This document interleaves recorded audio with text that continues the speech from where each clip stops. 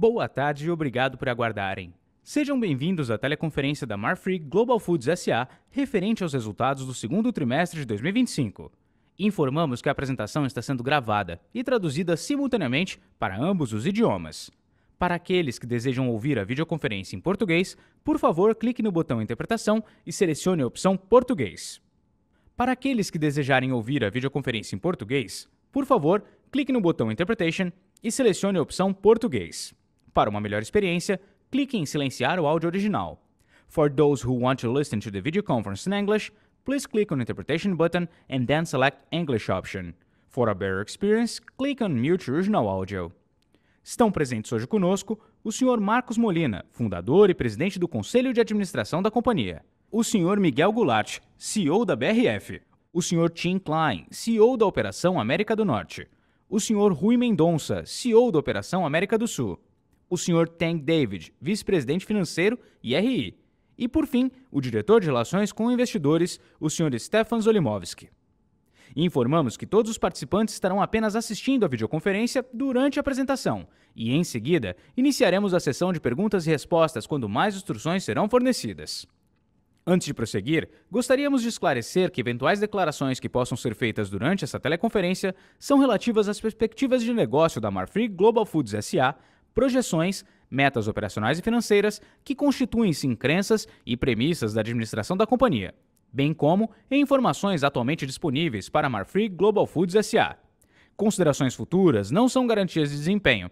Elas envolvem riscos, incertezas e premissas, pois se referem a eventos futuros e, portanto, dependem de circunstâncias que podem ou não ocorrer. Investidores e analistas devem compreender que condições gerais, condições do setor e outros fatores operacionais podem afetar o resultado futuro da Marfrig e podem conduzir a resultados que diferem materialmente daqueles expressos em tais condições futuras. Gostaria agora de passar a palavra ao Sr. Tank David, que iniciará a apresentação. Por favor, Sr. Tank, pode prosseguir. Boa tarde a todos. Muito obrigado por participarem de mais uma teleconferência da Marfrig Global Foods. Comentaremos a seguir os resultados consolidados do segundo trimestre de 2025. Os resultados consolidados contemplam os segmentos de negócios Bife América do Norte, Bife América do Sul Operações Continuadas e BRF, conforme normas CPC e IFRS. Começando pelo slide 2, com os principais destaques do nosso segundo trimestre de 2025. No segundo TRI 25, geramos 37,8 bilhões de reais de receita líquida consolidada, um crescimento de 8,6% em relação ao segundo TRI 24.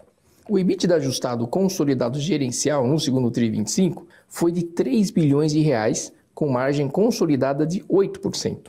Também geramos no segundo TRI 25 um fluxo de caixa operacional de 3 bilhões de reais, 17% maior que o segundo TRI 24.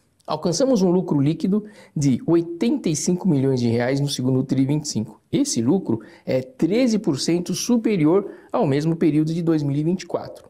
E por fim, terminamos o segundo TRI 25 com a alavancagem, medida pela relação da dívida líquida, pelo EBITDA ajustado dos últimos 12 meses em 2,71 vezes em reais, contra 3,38 vezes no mesmo período de 2024. Passo agora para Tim Klein, que irá comentar os resultados da Operação América do Norte. Por favor, Tim.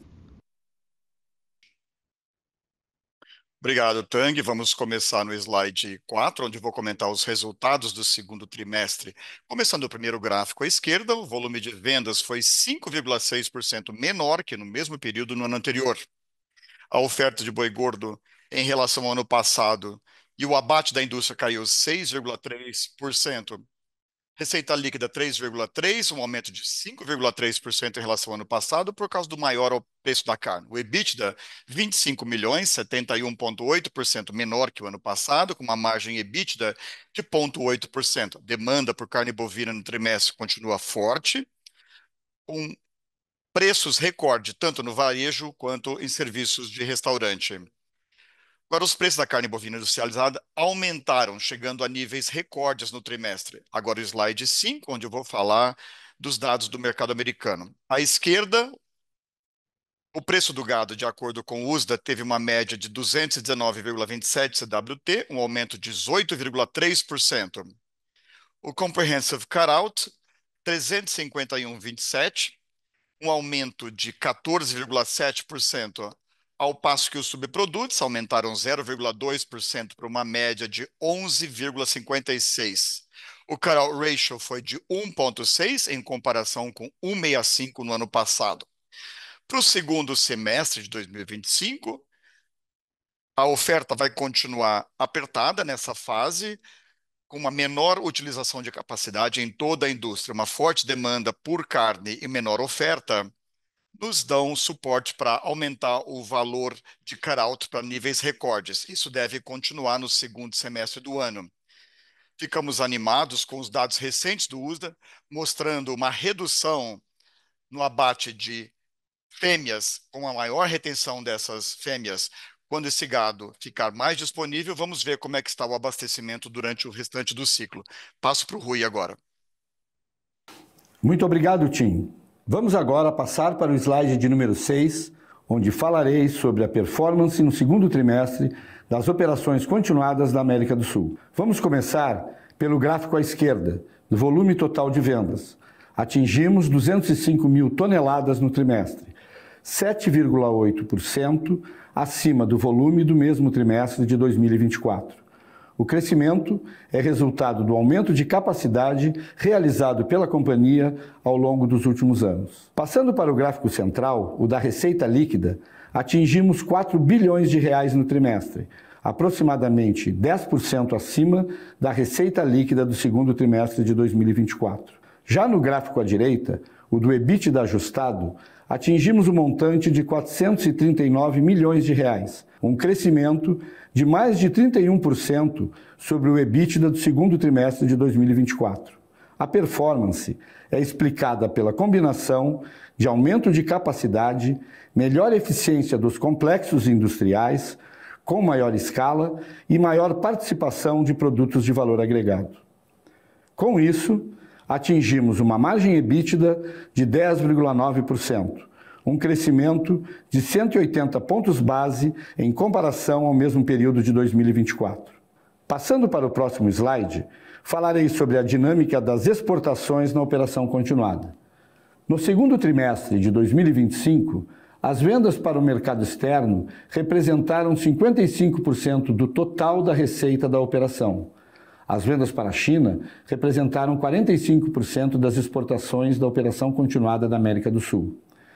Temos nos dedicado a aumentar nossas alternativas de canais de vendas em nossas unidades para outros mercados. Nesse cenário, destacamos que as vendas para a Europa cresceram 8 pontos percentuais, passando de 14% no segundo trimestre de 2024 para atuais 22%. Já as receitas de exportações, partindo do Brasil para os Estados Unidos, representaram aproximadamente 2% da receita da Operação América do Sul consolidada. Estamos atentos aos desdobramentos desse novo cenário ocasionado pela elevação de tarifas, prontos para capturar as melhores oportunidades comerciais, avaliando os melhores destinos de substituição ou mesmo incrementando a produção de hambúrgueres e outros processados, sem redução de produção e sempre focados em maximizar nossas margens. Passo agora para o Tang, que completará os destaques consolidados da Marfrig. Obrigado, Rui. No slide 11, receita e EBITDA ajustado consolidado das operações continuadas segundo TRI 25. Do total da receita consolidada gerada no segundo TRI 25 de 37,8 bilhões de reais, o segmento América do Norte contribuiu com 49%, BRF contribuiu com 40% e América do Sul com 11%. Na geração de EBITDA ajustado gerencial consolidado de 3 bilhões de reais, com margem de 8%, BRF representa 81%, América do Sul 14% e América do Norte 5% neste segundo TRI 25. E em termos de moeda, 74% da nossa receita consolidada é gerada em dólares e 24% em reais. Passando agora para o slide 12, geração de caixa livre. No segundo TRI 25, geramos fluxo de caixa operacional consolidado positivo de 3 bilhões de reais, Os investimentos realizados em CAPEX e o montante gasto com despesas financeiras totalizaram 2,8 bilhões de reais, sendo aproximadamente 1,4 bilhão de reais em cada rubrica. Como resultado, o fluxo de caixa livre recorrente consolidado do segundo trimestre 25 foi positivo em 272 milhões de reais.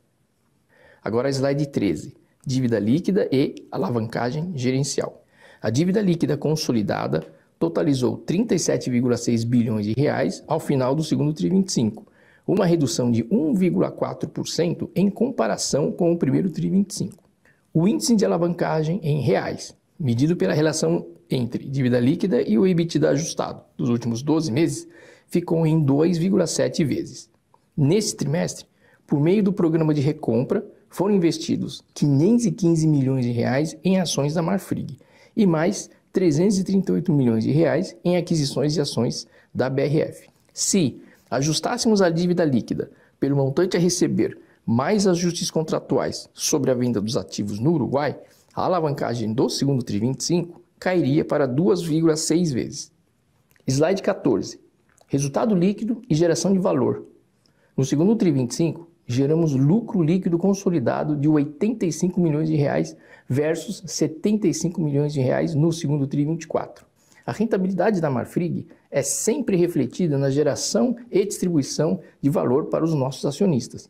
Nos últimos 5 anos, a Marfrig distribuiu 5,9 bilhões de reais em dividendos e também em 2024 a BRF distribuiu mais 1,1 bilhão de reais em JCP para os respectivos acionistas.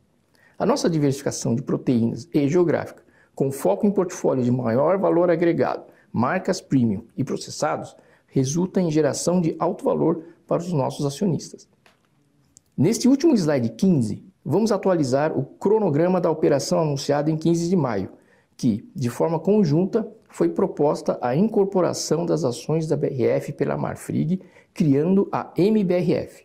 A proposta passou por aprovação dos acionistas em Assembleia Geral Extraordinária no último dia 5 de agosto. No dia 6 de agosto, foi anunciado o início do período de recesso, que está em curso e se encerrará no dia 5 de setembro. Diante das etapas já superadas, nossa expectativa é a conclusão da MBRF até o final de setembro 25. Manteremos todos os acionistas informados das próximas evoluções dessa incorporação e estamos preparados e empolgados para avançar ainda mais na captura de sinergias e gerar mais valor para todos os acionistas da MBRF. Obrigado. Gostaria agora de passar a palavra ao Sr. Marcos Molina.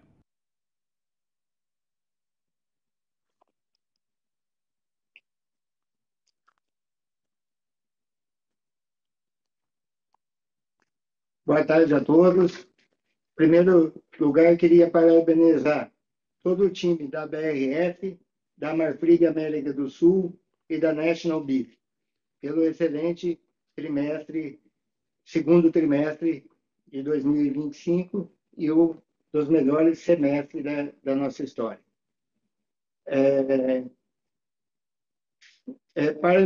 Parabenizar o Miguel e toda a equipe da BRF, que mesmo com a gripe aviária, ela conseguiu um sólido resultado, mesmo com geração de caixa, mesmo com o aumento dos estoques, ela conseguiu gerar um caixa sólido, resultados sólidos, mesmo com o desafio da Turquia, com margens menores, conseguiu rapidamente direcionar a produção e passar pela gripe aviária com um resultado sólido. A Marfrig América do Sul, com a liderança do Rui, também parabenizar toda a equipe que conseguiu aumentar os volumes de abate, aumentar a produção, aumentar os produtos processados, produtos com marca, e também fazer a integração em promissão do complexo de promissão da unidade A e B, já elevando agora para esse trimestre para 3.000 cabeças por dia.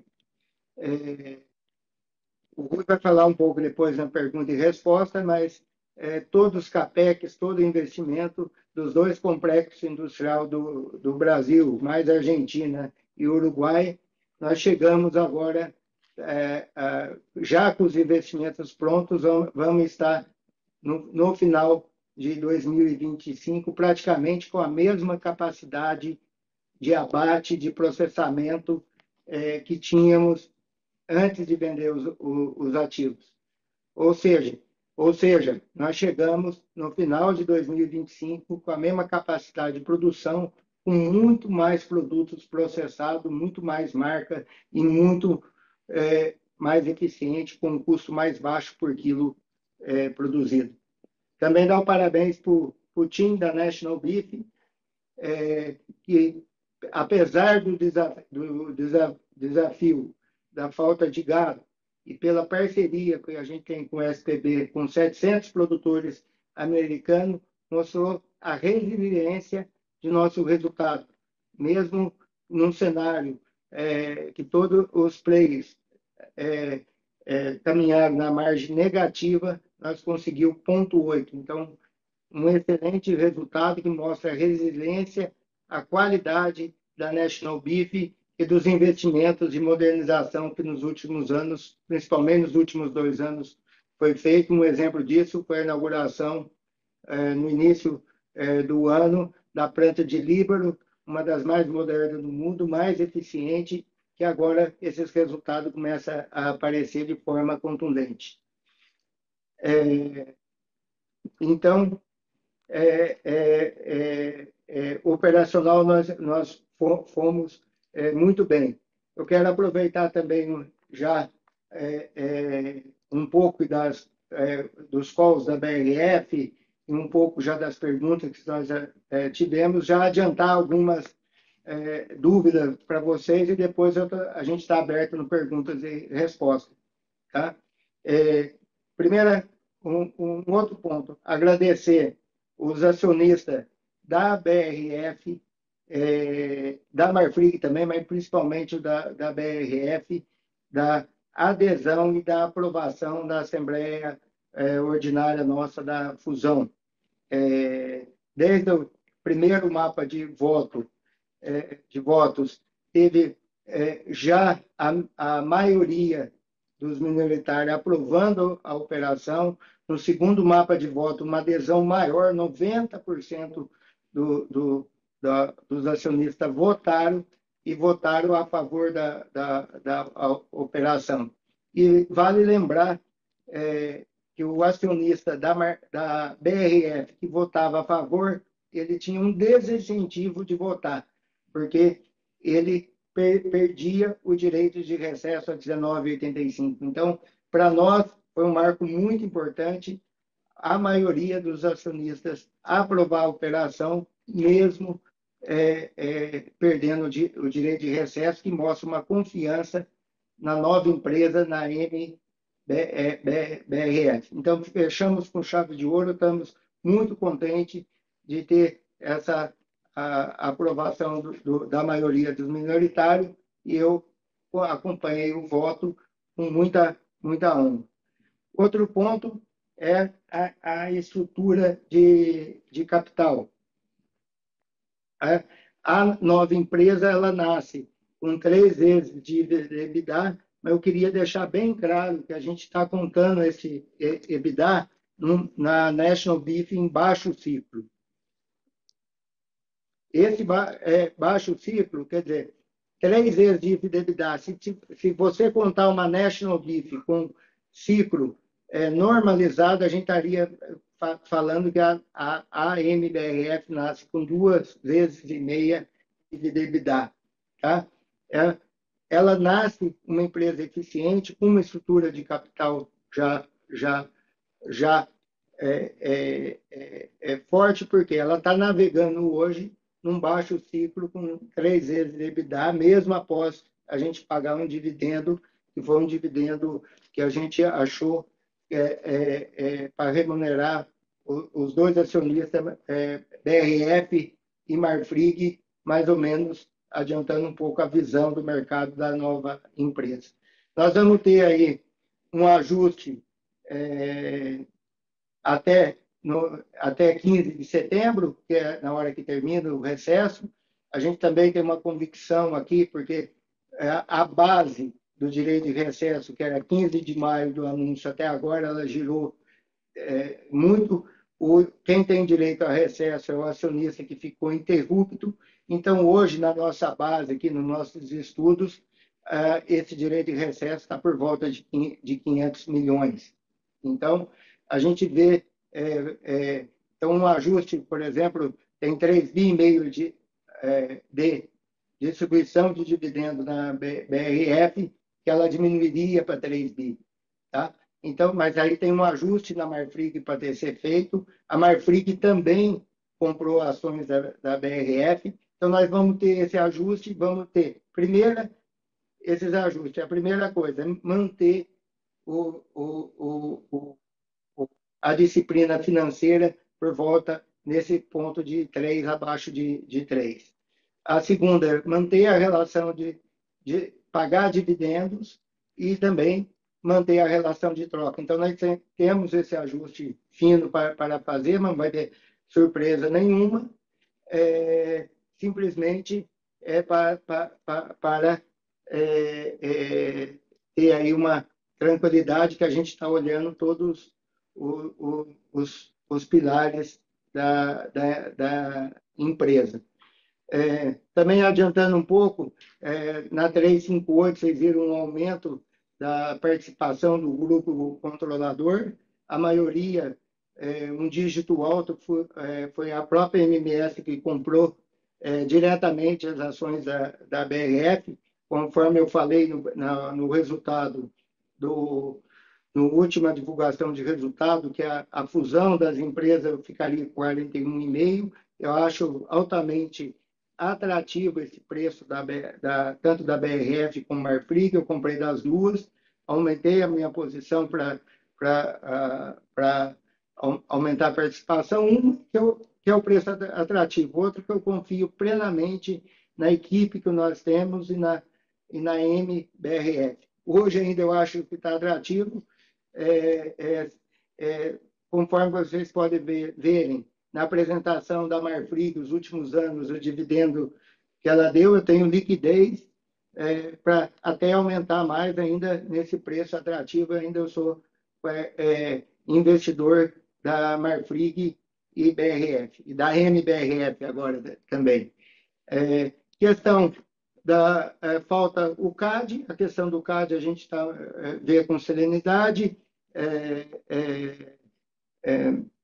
Estava a votação virtual, 4-1 estava o voto, votos muito técnicos, muito consolidado já uma visão do CAD, mas é claro, a gente com serenidade espera a reunião final do dia 30 e estamos confiantes, dia 20 de agosto, estamos confiantes aí que nós vamos ter aí o ok final do CAD, que estamos aí construindo uma BRF, uma empresa altamente competitiva, que também, multiproteína, que também vai contribuir para o consumidor brasileiro, para ter aí acesso às 3 proteínas de alta qualidade, com um custo mais baixo, visto a eficiência e os ganhos de eficiência que a empresa tem para entregar, e também vamos entregar para o consumidor um produto mais competitivo. Um outro ponto também, o que é a nova MBRF? Tá? Todo o material que a gente abriu da fusão, todo o material que subiu, vocês têm muito mais detalhe para vocês enxergar o que é a nova BRF, o CAPEX que tem na nova BRF, está aberto, vocês podem estudar, tem muito mais material para vocês formar a opinião, mesmo que já tem lá a opinião do Citibank, o Fairness Opinion do Citi, o trabalho do JP Morgan.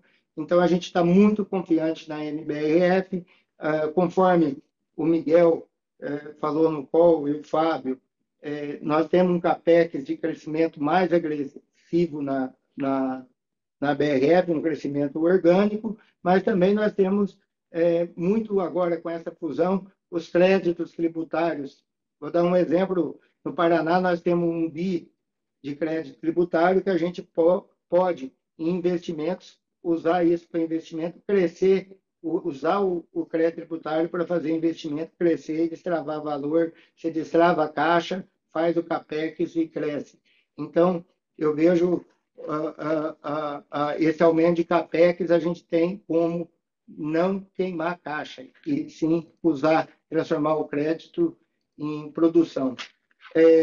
Mais um tema interessante, só para fechar, eu pedi para o pessoal nosso aqui fazer, para vocês também, fazer uma simulação.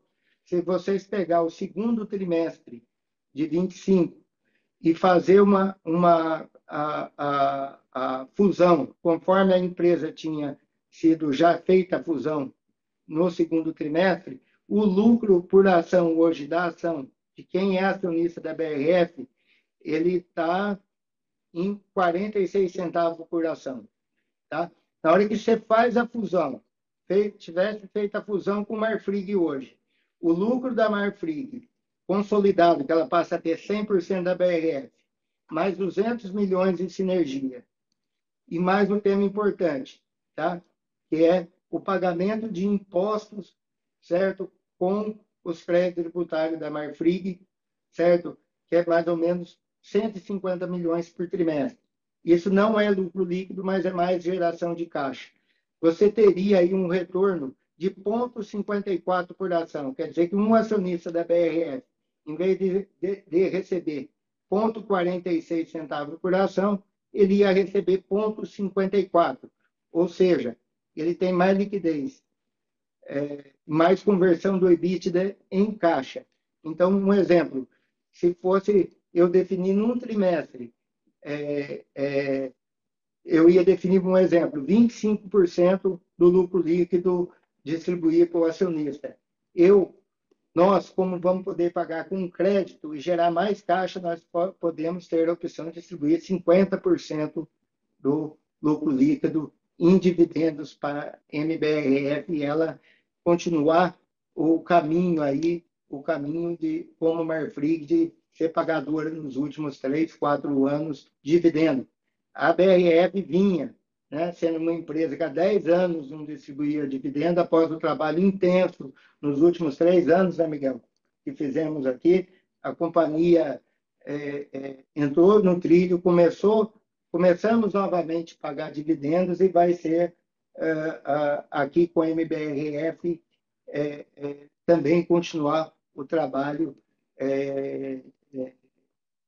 de pagar dividendo constantemente para remunerar os acionistas. Então, eu estou muito contente com a fusão, conforme terminamos.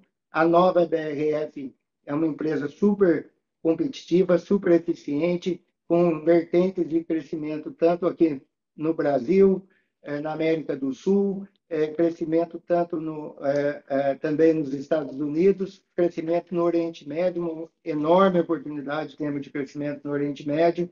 A nova planta da China, já começamos a operar, mandando matéria-prima para lá. Essa planta que estava ociosa, nós já fizemos um acordo com o McDonald's. Essa semana produziu já os primeiros produtos para o McDonald's, depois de 10 anos que não produzia McDonald's. Então, estamos muito confiantes na nova MBRF e agora estamos abertos a pergunta e resposta para tirar mais dúvidas de vocês.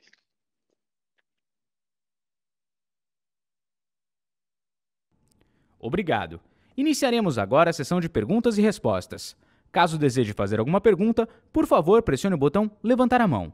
Ao ser anunciado, uma solicitação para ativar seu microfone aparecerá na tela, e então você deve ativá-lo para fazer perguntas. Lembrando que para ouvir a videoconferência em português, por favor, clique no botão Interpretation e selecione a opção Português. Just as a reminder, to listen to the video conference in English, please click on the Interpretation button and then select the English option. Se a sua pergunta for respondida, você pode sair da fila clicando sobre o botão Abaixar a mão.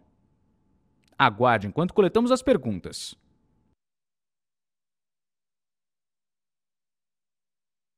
A nossa primeira pergunta vem de Henrique Brustolin, do Bradesco BBI. Por favor, Sr. Brustolin, seu microfone já está liberado. Boa tarde a todos. Obrigado por pegar minhas perguntas. Eu tenho duas. A primeira, até aproveitando, né, todo o contexto da fusão e a presença do Marcos no call, fica muito claro, né, a trajetória que as duas empresas, tanto a Marfrig quanto o BRF, de forma relativamente independente, passaram nos últimos anos, né? Marfrig consolidando esse portfólio de bovinos e fazendo todo o trabalho ali de integração dentro do possível que ela tinha com a BRF, e a BRF passando por um processo de turnaround, né, que fica muito claro que parece, mesmo tendo coisa já bastante endereçado, iniciando um ciclo de crescimento por conta própria, né? A pergunta é, com a fusão agora sendo concluída, como que a gente deveria pensar nas prioridades estratégicas da MBRF nesse primeiro ano, nesse primeiro momento, né? Se o foco fica em captura das sinergias e ainda um processo de crescimento mais orgânico, ou já tem espaço para começar a pensar, enfim, em alguns movimentos maiores, internacionalização, alguma coisa de crescimento mais nesse sentido. Então, essa é a primeira. E a segunda, sobre o resultado, né, na América do Sul. Não, só um minuto, deixa eu responder a primeira, depois você faz a pergunta, pode ser? Tá ótimo. Claro. Tá. Então, o foco principal nosso agora é a sinergia. Depois de 60 dias aí, quando nós anunciamos o deal, de 800 milhões de sinergia, hoje a gente tem muito mais claro que esse 800 milhões ele é super conservador. Então, a primeira coisa é a gente pôr o mais rápido possível esse 800 milhões. Está bem mapeado, a gente tem convicção, 3 anos trabalhando, conhecendo a empresa. Geralmente, nós, quando faz aquisição de um ativo, nunca acreditamos em sinergias, só que essa sinergia já é mapeada, que está dentro de casa e precisaria da fusão para fazer. Então, hoje eu posso falar que o foco principal é esse.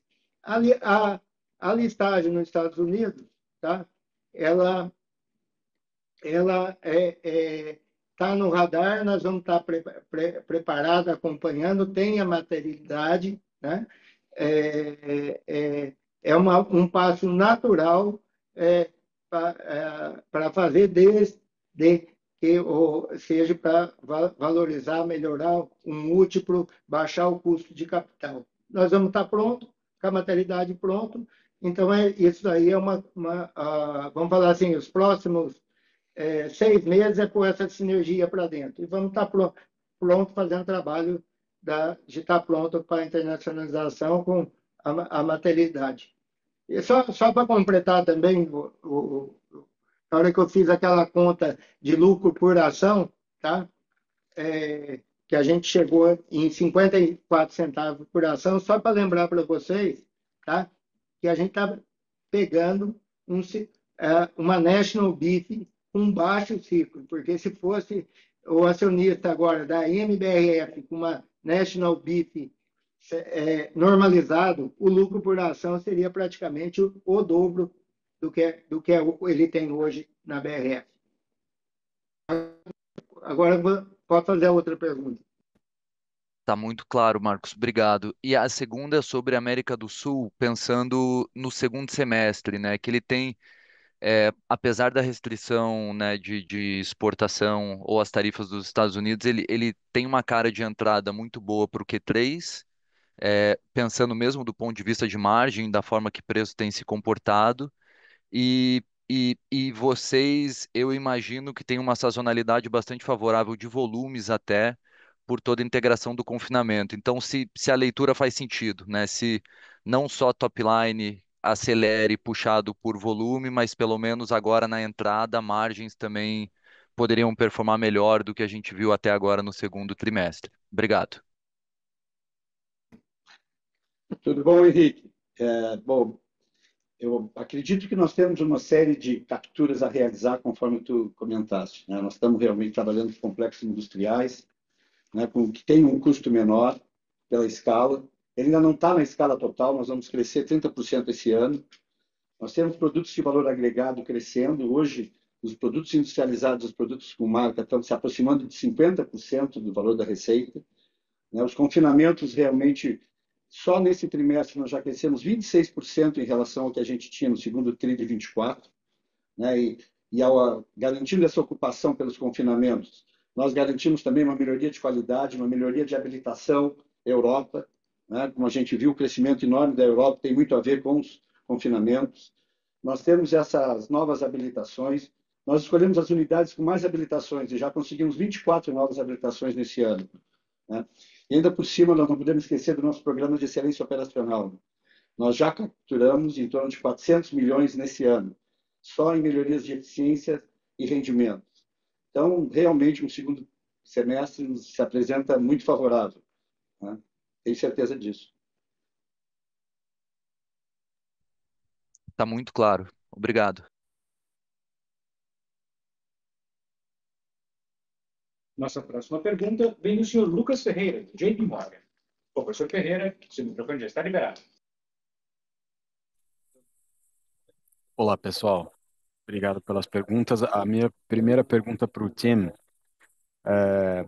apesar de vocês terem uma operação relativamente enxuta e eficiente, a minha pergunta é se vocês acham que ainda existe espaço para alguma eficiência operacional, incremental, ou algum corte de despesas, custos, né, que são mais manageable, vamos dizer assim, para enfrentar esse momento mais complicado do ciclo. E entender um pouquinho, na sua visão, qual que é o principal driver aí de aumento de preço do gado no curto prazo, se essa retenção que a gente está vendo acontecer, né, e isso implicaria numa disponibilidade de curto prazo mais baixa, é o principal driver de preço, como é que você enxerga esse movimento nos próximos trimestres? E perguntar para o Rui, até uma pergunta ali, que tem a ver com essa pergunta para o Tim, se você enxerga, Rui, que os preços do mercado internacional também continuem subindo, continuem favoráveis, como é que você enxerga a demanda nos principais mercados que vocês estão acessando hoje? E se já dá para ter alguma leitura de preços melhores aí também para o segundo semestre. Obrigado.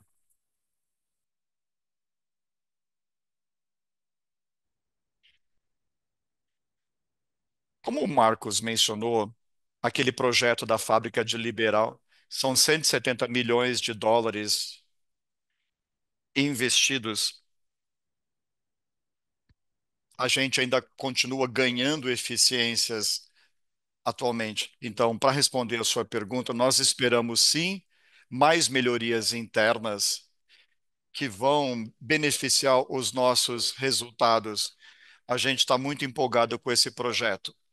Em termos de retenção de gado, nós vemos sim sinais de retenção de fêmeas. Isso vai.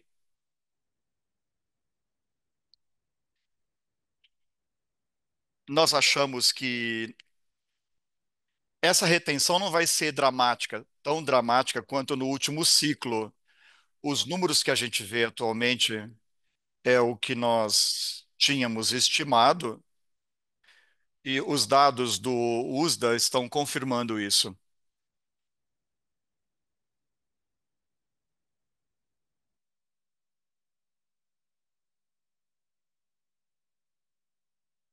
Tarde, Rui. Com relação a preços, né, captura de preços, primeiro, eu acho que o grande destaque ainda volta a ser a China, né? Nesse trimestre, nós tivemos um aumento médio de preço de 25% em relação ao segundo TRI de 24. Nós podemos ver que somente agora vão começar as compras para o Ano Novo Chinês, então as expectativas de demanda e de preço são realmente muito favoráveis. Com relação aos Estados Unidos, o Brasil era responsável por exportações que representavam 2% da receita da Marfrig da América do Sul para os Estados Unidos. É evidente que a nossa diversificação geográfica também nos trouxe algumas vantagens. Os preços hoje do Uruguai e da Argentina para os Estados Unidos já cresceram 10%, né? E o próprio trabalho dentro dos Estados Unidos está valorizando o preço da carne. né? Então, essa diversificação geográfica também está trazendo sérias vantagens e vão ser consolidadas nesse no segundo semestre. Tem alguns fatos novos, de novos mercados surgindo, que também são bastante interessantes. É o caso de Filipinas e Indonésia agora, com carne com osso e miúdos. Realmente o Brasil tem muitas habilitações para carne in natura, mas miúdos e carne com osso é extremamente interessante o aumento de rentabilidade que esses novos mercados vão trazer. Então, a gente está bastante otimista com relação a esse segundo semestre.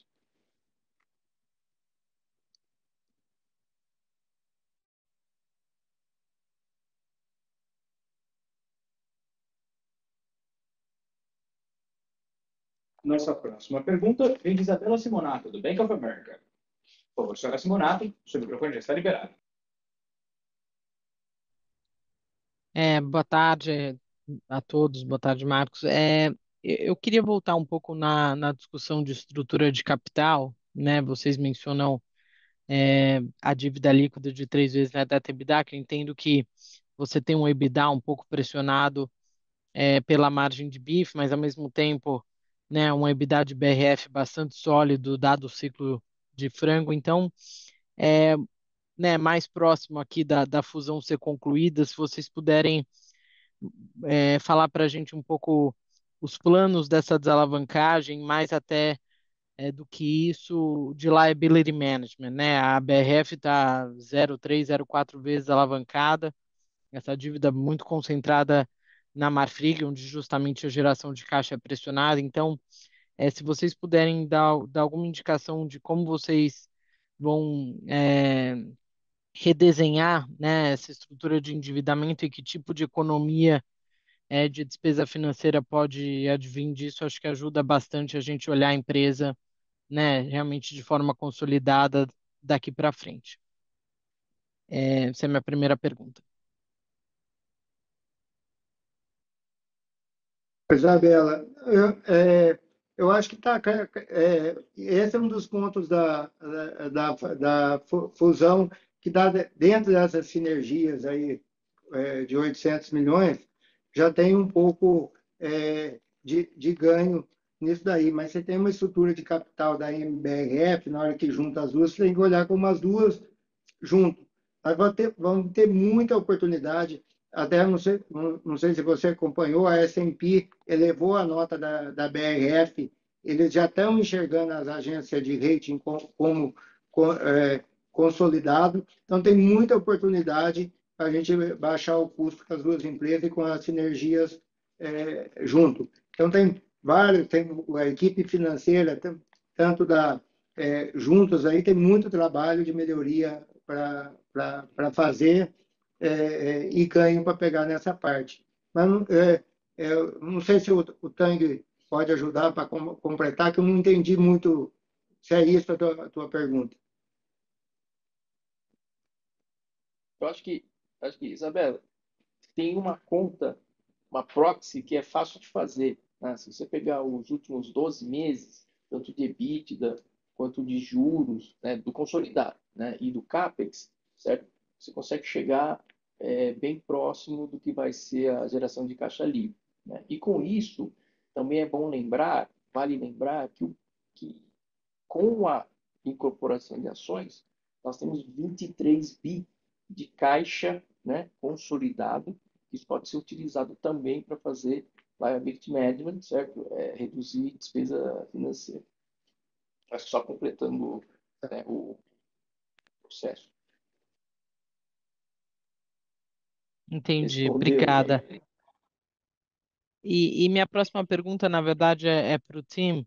É, né, ainda nessa discussão de ciclo de gado nos Estados Unidos, e obviamente é visível a performance de vocês aqui, mas assim como o resto do setor, né, a tendência de margem crescente, ela é negativa. Então, eu queria a visão dele sobre aonde ele acha, uma vez a retenção começada, né, onde ele acha que as margens vão atingir um bottom. Óbvio que é difícil exatamente pontuar isso no tempo, mas qual que é o best guess, né, dele nesse sentido? Obrigado. Em geral, as margens chegam ao mínimo quando o abastecimento está mais apertado, por causa da sazonalidade do ciclo. Então, é muito difícil dizer exatamente quando que isso vai acontecer. As margens no segundo trimestre foram baixas em comparação do que a gente teria esperado. Isso porque o gado ficou mais tempo em confinamentos, mas no geral, eu diria que em algum momento em 2027 ou 2028 é que os números devem começar a subir.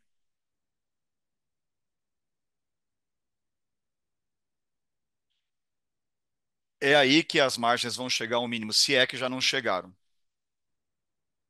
E tem um outro fator que é importante, o lado da demanda da equação, com que rapidez a gente pode recuperar esses aumentos do preço do gado, a racionalização da capacidade na indústria, com menos gado, as plantas estão rodando menos horas. Isso também entra no cálculo, nas decisões que são tomadas semanalmente. Ou seja, quantas horas por semana a planta vai rodar.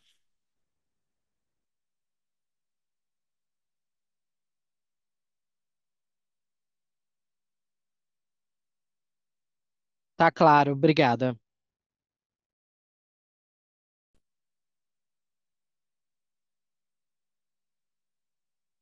Pergunta vem do senhor Thiago Bortolucci, do Goldman Sachs. Bom, professor Bortolucci, seu microfone já está liberado.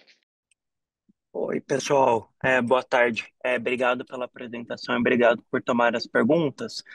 Antes de mais nada, Marcos e todo o time das duas companhias, parabenizar pela evolução da fusão, particularmente pelo resultado da votação dos minoritários da BRF na Assembleia.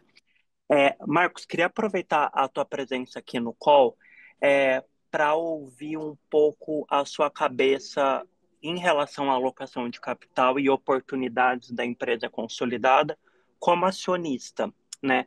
Você entende hoje que o excesso de capital da nova empresa e o excesso de geração de caixa da nova empresa, ele seria melhor aproveitado via dividendos, via buybacks ou via M&A, se é que existe alguma oportunidade clara para M&A? E aí, ainda em linha com essa pergunta, quando a gente monitora aqui os movimentos de 358, vocês abriram aí algumas operações de derivativos relevantes para ser settled no final do ano e começo do ano que vem.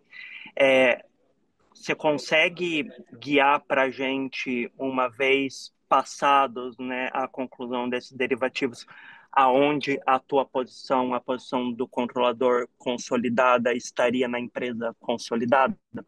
Obrigado. Bem, em primeiro lugar, a estrutura de capital,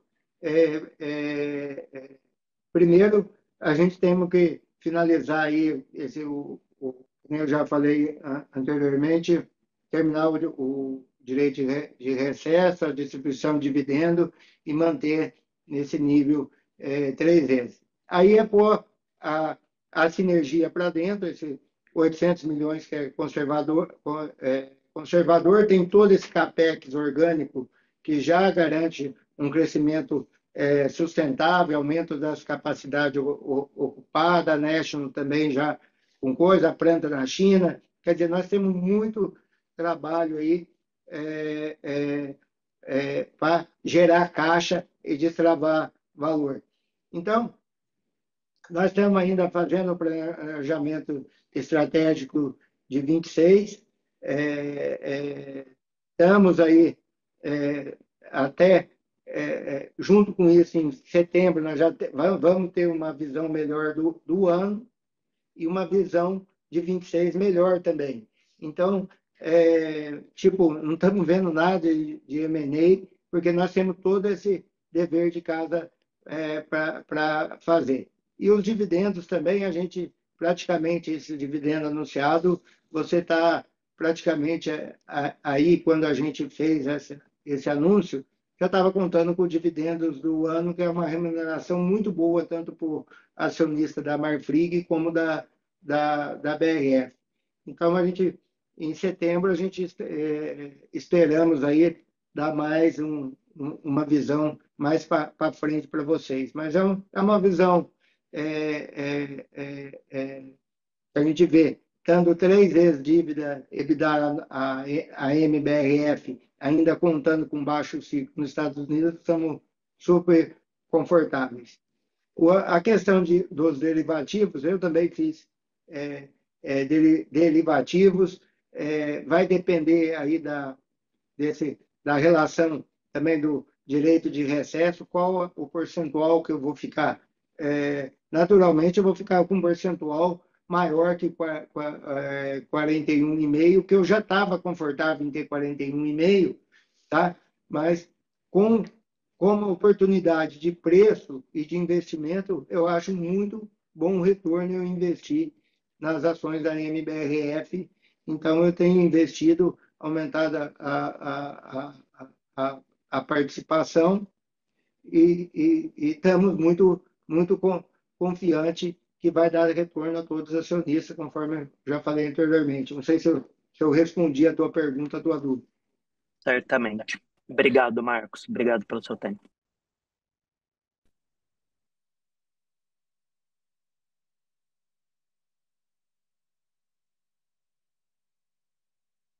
Nossa próxima pergunta vem de Gustavo Troiano, do Itaú BBA. Professor Troiano, seu microfone já está liberado. Boa tarde a todos, obrigado por pegar minhas perguntas. São 2 pontos que eu queria explorar do meu lado aqui, pessoal. Primeiro, relacionado ao Uruguai, já, enfim, na fala inicial do Marcos foi mencionado, né, que a capacidade hoje da companhia na América do Sul é similar ao que era antes do deal, né, contando com a capacidade do Uruguai. E na fala do Rui também já foi mencionado que as margens de Uruguai, né, estão super favoráveis. Eu queria aproveitar para explorar um pouco sobre o timing, né, da negociação da venda dos ativos aqui, porque dado que a situação mudou, né, de um mês para cá, né, com um cenário novo de tarifa, imagino que essa rentabilidade, né, do mês adicional de Uruguai seja bastante relevante, né, para as operações da América do Sul. Então, queria aproveitar para relembrar um pouquinho do timing das negociações, enfim, se vocês têm alguma expectativa de que o deal seja concluído, ou se existe alguma possibilidade, dado o novo cenário de tarifas, né, de que talvez o valor percebido desses ativos mude nesse novo cenário, e se existe a possibilidade de eles continuarem com a Marfrig. Então, eu queria aproveitar para explorar um pouco de timing e se faria sentido os ativos num valuation diferente nesse cenário novo, né? E a segunda pergunta, pessoal, só insistindo um pouco aqui no ponto da estrutura de capital da MBRF, dado que a gente está bastante próximo da fusão efetiva, né, da virada de página, ficou bastante claro na mensagem do Marcos a expectativa de alavancagem inicial, mas quando a gente olha para 2026, o que eu queria tentar explorar com você um pouco é sobre a perspectiva de geração de caixa e olhando para o CAPEX. O quanto de gordura vocês acham que tem nesse nível dos últimos 12 meses de CAPEX da MBRF, pro forma, né, olhando para trás, que poderia ser reduzido num cenário mais austero, caso a margem venha comprimir nos Estados Unidos ou alguma coisa nessa linha, né? Eu entendi que o Tang comenta sobre a geração de caixa LTM como proxy, né? Mas quando a gente olha para frente, se a gente fosse traçar um cenário, fazer um exercício de corte de CAPEX aqui, o que vocês acham que seria um nível de CAPEX, né, olhando para o que foi realizado, que seria mais condizente com uma situação hipoteticamente mais apertada de ciclo? Obrigado, pessoal.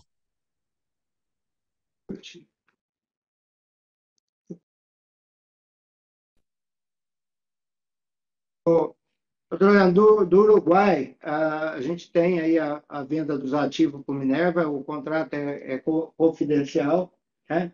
Ele tem um prazo X, que se o antitrust não aprovar, cai o negócio. Não essa decisão não está na nossa mão.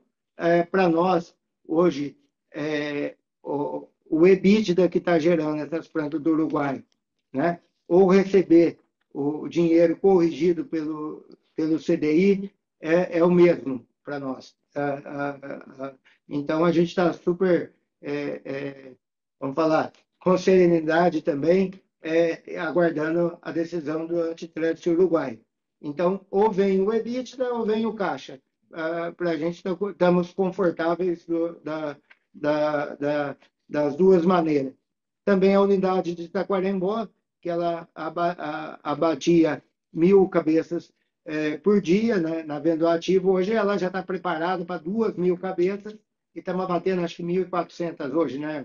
Mas já está preparado para 2.000 cabeças por dia, que vai gerar matéria-prima caso venha a concluir a venda, o antitrust autorizar. Então, para nós, ou a venda, ou ficar com as companhias, a gente está confortável com dos dois modos e não tem jeito, os preços não mexem, já são contratos firmados, tanto não mexe em prazo de entrega, não mexe em preço. Então, o que é pactuado, nós cumprimos 100%. E com serenidade vamos aguardar a decisão do antitrust uruguaio. Se tem algum buffer no CAPEX? O CAPEX, a gente vem feito o CAPEX, tanto na América do Sul como na National Beef, ele foi mais forte nos últimos 2 anos. Para 2026, eles são menores. Tá? A BRF tem um CAPEX mais agressivo para 2026, mas também eu falei que tem os drives para destravar os créditos tributários. É claro que as margens piorar, a empresa sempre tem as alavancas para manter a disciplina financeira. Então, vai desde investimento em marketing a segurar o CAPEX, em vez de fazer em 1 ano, fazer em 2 anos. Então, a gente tem muitas alavancas aí para manter a disciplina financeira, que é o foco nosso, e também a disciplina financeira sempre está acompanhando em linha com os outros players de mercado, para você não ter uma desvantagem anticompetitiva no custo financeiro. Perfeito, Marcos. Muito obrigado.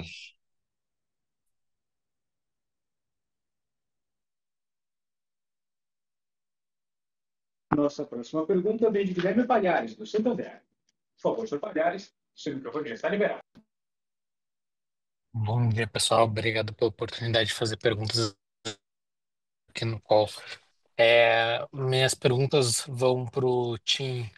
Queria ouvir um pouquinho dele e a questão de demanda nos Estados Unidos, que a gente continua vendo um consumo bastante forte, apesar do preço.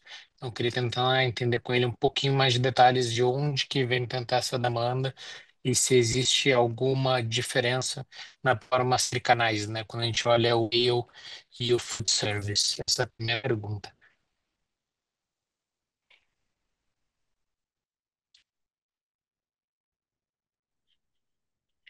Sem dúvida, a demanda continua forte para carne nos Estados Unidos, tanto no varejo quanto no food service. Em geral, o que acontece, quando o preço sobe, o consumidor decide comprar um corte mais barato. Então, o que a gente está vendo, o aumento do preço de alguns cortes melhores, mudando para carne moída. Carne moída representam 150 libras.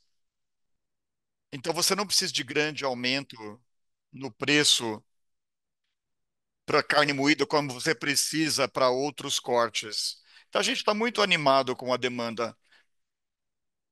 A economia está sólida. A gente não está vendo nenhuma preocupação nesse sentido.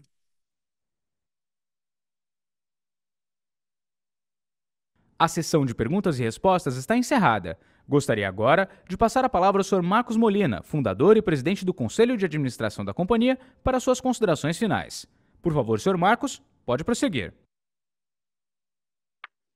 Bem, obrigado a todos os analistas aí pela cobertura tanto da BRF como da Marfrig.